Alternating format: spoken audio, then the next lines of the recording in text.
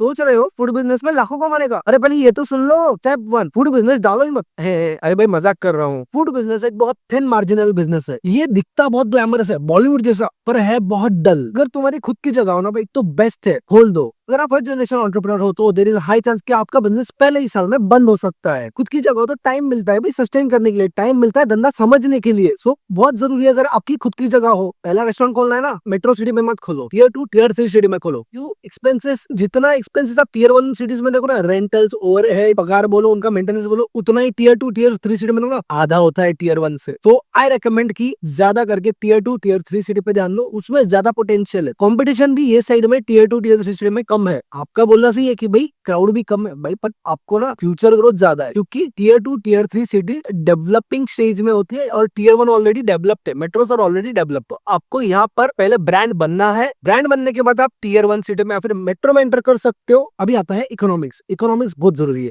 अगर आपको पता ही नहीं है कि आपको कहाँ से पैसा आ रहा है और कहाँ जा रहा है, भाई आप धंधा नहीं समझ पाओगे। अगर आपको पता नहीं कि आपकी एक डिश आपको कितने में गिर रही है, मतलब आपका उसका कॉस्ट प्राइस क्या है, आपको ये पता नहीं है, आप उसको सही से बेच नहीं पाओगे। अगर आप सोच रहे हो कि मैं उसका मेन्यू देख के ये चीज ऐसी बेचूंगा, इस प्राइस पॉइंट पे बेचूंगा, नहीं बेच सकते भाई। आपका कॉस्टिंग अलग है, उसका कॉस्टिंग अलग है। मैकडॉनल्ड्स को एक अलग प्राइस में बर्गर मिलता है, अलग प्राइस में उनका बर्गर बनता है। आपका बर्गर एक अलग प्राइस पे बनता है। तो देयर इज अ डिफरेंस। आपको ये पता होना चाहिए कि आपका प्रोडक्ट कितने में बन रहा है, तभी आप उसको सही प्राइस पॉइंट पे सही जगह बेच पाओ। अब आता है ऑडियंस। आप फूड बना रहे हो, सब कुछ कर रहे हो, आपका प्राइस रेंज भी डिसाइडेड है, पर आपको पता ही नहीं आपको किसको सर्व करना है। कैसे फिगर आउट करोगे भाई कि कितना कमाओगे, है ना?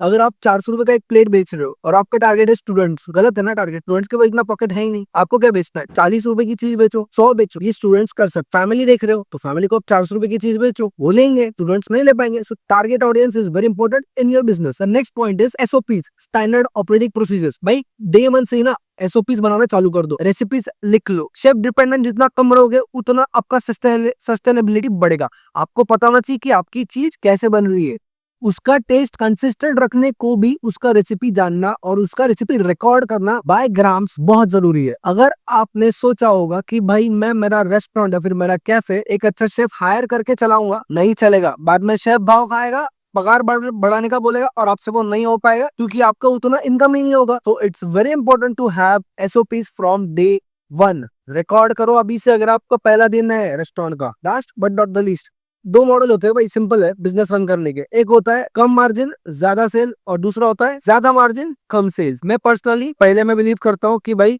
कम मार्जिन ज्यादा सेल, क्योंकि उसमें मेरे को ज्यादा मजा आता है। बाकी आपके ऊपर है आपको कौन सा मॉडल एग्जीक्यूट करना है। So these were few point. Food business आपको रन करना है, प्रॉफिटेबली रन करना है, ये ध्यान में रख के ही चालू करना।